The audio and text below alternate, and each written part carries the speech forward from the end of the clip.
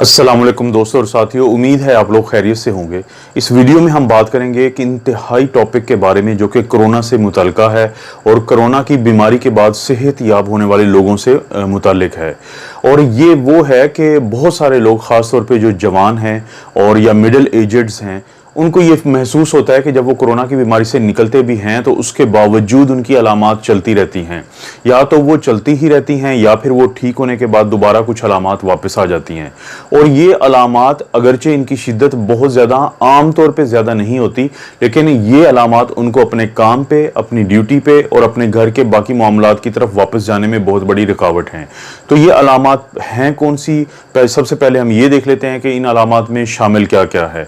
इन अलामात में शामिल है सर का दर्द, बुखार, सर्दी का लगना, थकावट, पट्ठों में दर्द, दिल की धड़कन का ज़्यादा होना और दिमाग के अंदर ऐसा इनको दबाव महसूस होता है या ये किसी भी चीज़ पे फोकस नहीं कर सकते। इनके लिए मुश्किल होता है किसी एक चीज़ के ऊपर फोकस करना, और इनको नींद आने में प्रॉब्लम होता है और भूख इनकी कम हो जाती है और आम तौर पे इनको लूज मोशन आएंगे बार बार, और साथ इनको खांसी भी रहती है। लेकिन इन सब अलामात में एक चीज़ मुश्तरका देखी गई है और वो ये है कि ये मुसलसल नहीं रहती, बल्कि जाने के बाद आएंगी, फिर ये ठीक हो जाएंगी और उसके बाद फिर ये आती हैं। अब सवाल ये पैदा होता है कि क्या ये बहुत ख़तरनाक चीज़ है और इसकी वजह क्या है और इसका इलाज क्या है।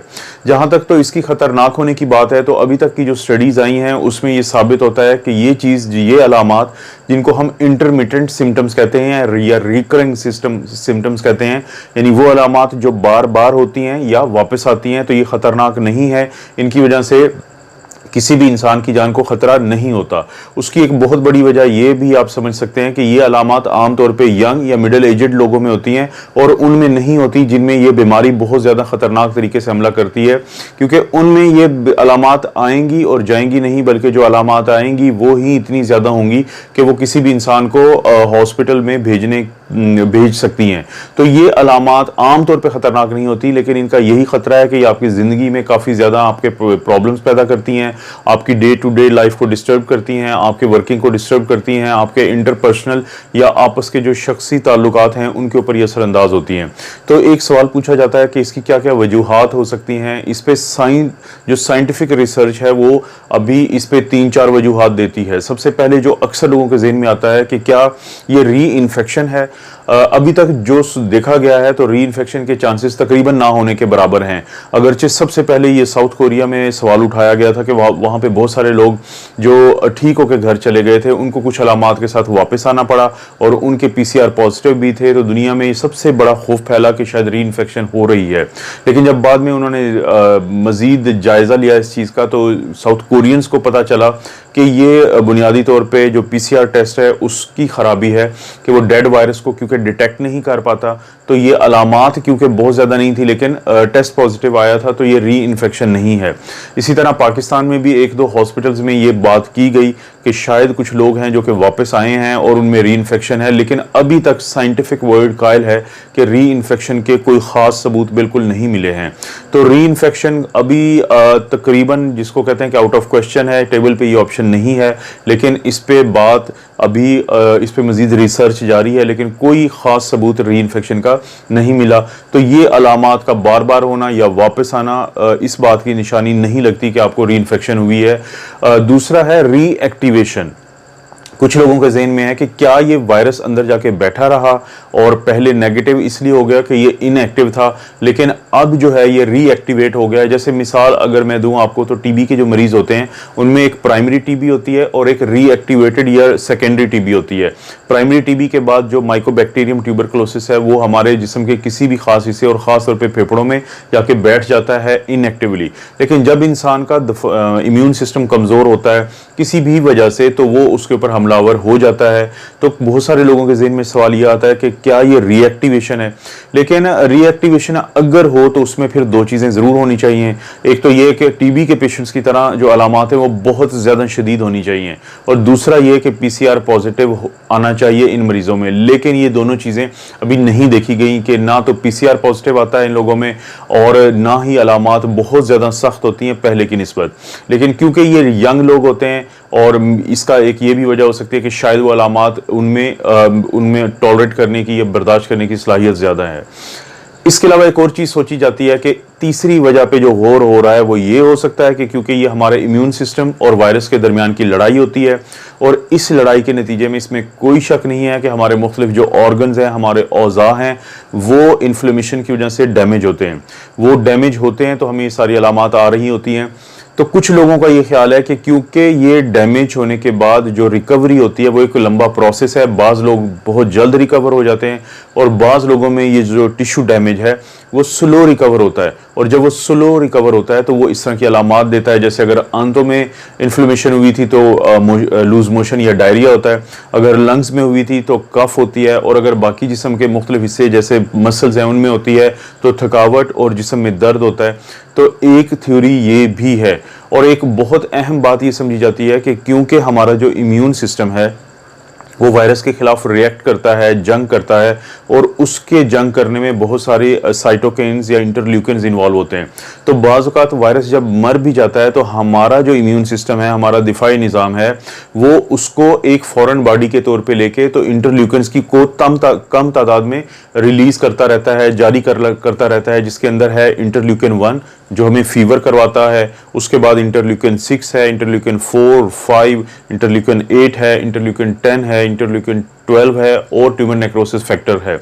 ये सारे वो हैं जो कि डेड वायरस या उसके जो हिस्से होते हैं, जो उसके पार्टिकल्स होते हैं, उनकी वजह से जो हमारा इम्यून सिस्टम है वो इनको रिलीज करता रहता है, और जिसकी वजह से हमें अलामात आती रहती हैं। तो इस सूरत में भी ये एक खतरनाक चीज़ नहीं है, बल्कि ये चीज़ आहिस्ता आहिस्ता सेटल डाउन हो जाती है।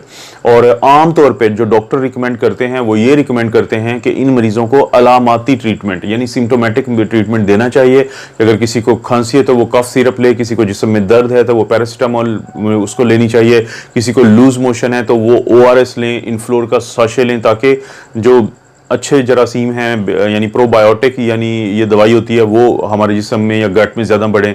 तो ये सिम्टोमेटिक ट्रीटमेंट को वो एडवाइस करते हैं कि 2 से 3 महीने तक ये प्रॉब्लम्स चलेंगे तो ये खुद ही फिर सेटल हो जाएगा। लेकिन एक और बहुत जो ग्रुप है डॉक्टर्स का या साइंटिस्ट का, वो एक ख़ास बात करता है कि क्योंकि यहाँ पे प्रॉब्लम है हमारा इम्यून सिस्टम प्रॉपरली रिएक्ट नहीं कर रहा। उनका ये ख्याल है कि 2 एरर्स हैं, 2 गलतियां हैं। या तो साइंस जो टेस्ट की गलती है कि फ़र्ज़ करें कि एक मरीज़ को घर भेजा जाता है और या फिर ये समझा जाता है कि मरीज़ ठीक हो गया तो PCR नेगेटिव आता है, लेकिन चांसेस होते हैं कि वो PCR फॉल्सली नेगेटिव है। तो क्योंकि मरीज़ में अलामात फिर आती हैं तो ये समझा जाता है कि शायद दोबारा वायरस का अटैक हुआ है।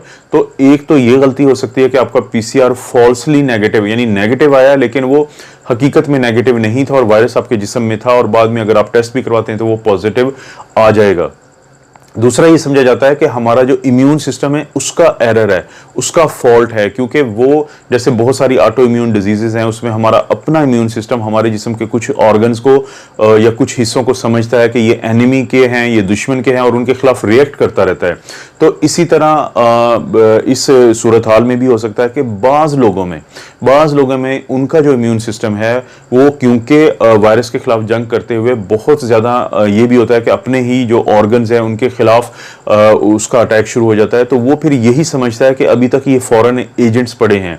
तो वो किसी हद तक जब इस वजह से अलामात रहें और इनमें शिद्दत ज़्यादा होती है, इनमें ये जो मैंने सारी अलामात आपको बताई हैं उसमें शिद्दत क्योंकि ज़्यादा होती है, तो डॉक्टर्स का एक ग्रुप ये तजवीज़ करता है कि ऐसे मरीज़ों को वो दवाई दी जाए जो इस इम्यून सिस्टम को सुला दे, इम्यून सिस्टम को की जो पावर है उसको कम कर दें, जिसमें कि स्टीरॉइड्स हैं। तो बहुत सारे लोग जो डेल्टा कॉर्टिल की टैबलेट्स हैं वो अपने मरीज़ों को देते हैं, लेकिन कंट्रोल्ड तरीके से। कंट्रोल से मुराद ये है कि इसको हमने टेपर डाउन करना होता है, टेपर ऑफ करना होता है, वरना स्टीरॉयड्स की अपनी कॉम्प्लिकेशंस हैं। तो कभी भी डॉक्टर के मशवरे के बगैर आपने उस तरफ नहीं जाना, वरना जो सिम्टोमेटिक ट्रीटमेंट है अगर उससे गुजारा होता है तो बहुत अच्छी बात है, लेकिन अगर नहीं होता तो फिर इस तरफ भी जाया जा सकता है। और इस सब कहने का मतलब ये है, जो फाइनल एक बात है वो ये है कि ये खतरनाक चीज़ नहीं है अगर आपकी अलामात चलती रहती हैं और अब उनमें शिद्दत उस हद तक नहीं है। लेकिन अगर शिद्दत आएगी भी तो चांसेस यही है कि आपको मैनेज कर लिया जाएगा, आपको दवाई ऐसी दे दी जाएगी डॉक्टर्स की तरफ से कि आपको कोई प्रॉब्लम नहीं है।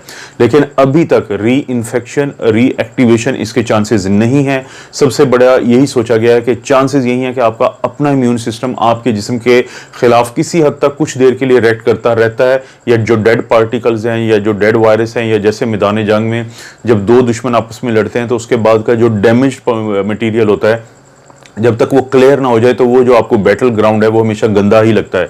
तो यही शायद हमारा सिस्टम जो है वो कोशिश कर रहा है कि हमारे जिस्म में जब वायरस डेड भी हो गया तो उसको निकालते हुए और उसके साथ का जो कोलैटरल डैमेज है उसको निकालते हुए वो कुछ ये अलामात देता है, ये रिएक्शन देता है इंटरल्यूकिन्स और साइटोकिन्स को रिलीज करके।